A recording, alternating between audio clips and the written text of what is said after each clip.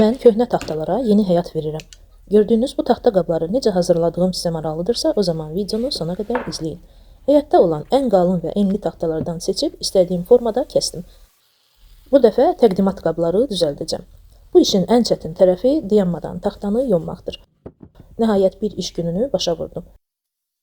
Səhərsi gün qaldığım yerdən davam edərək digər qabı da kəsib rəndələməyə başladım. Videoda hər şey çox asan görünsə də, əslində bu çox əziyyətli və tozlu bir işdir. İşin sonunda bütün həyat bacanı taxta yonqarına, toz torpağa qərq elədim. Qablara daha fərqli görünüş vermək üçün dəmir tutacaqlardan istifadə etmək qərarına gəldim. Növbə gəldi çatdı mənim ən sevdiyim son mərhələ tamamlama işlərinə. Bu dəfə qabları arı mumu ilə yağlamışam. Arı mumu həm qida məqsədi ilə istifadə olunan qablarda təhlükəsizdir, eyni zamanda da çox nazik təbəqə yaradaraq qabları suya qarşı davamlı edir. Bu dəfəki əl işimi bəyəndinizmi? Ümumiyyətlə, gördüyüm bütün bu işlər və səhifəni davamlı işlətməyim sizin dəstəyiniz və pozitiv rəyləriniz əsasındadır. Hər birinizə təşəkkürümü bildirirəm.